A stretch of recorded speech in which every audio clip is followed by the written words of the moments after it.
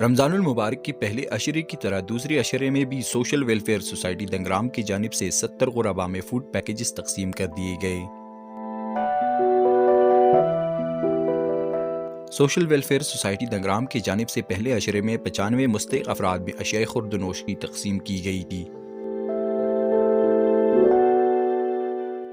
Social welfare society دنگرام کا یہ کار خیر علاقے کے عوام اور مخیر حضرات کی تعاون سے ممکن ہو سکی ہے۔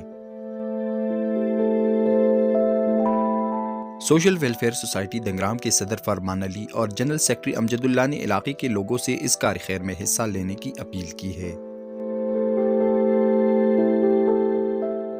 وقاص ہارون، sportsstory.news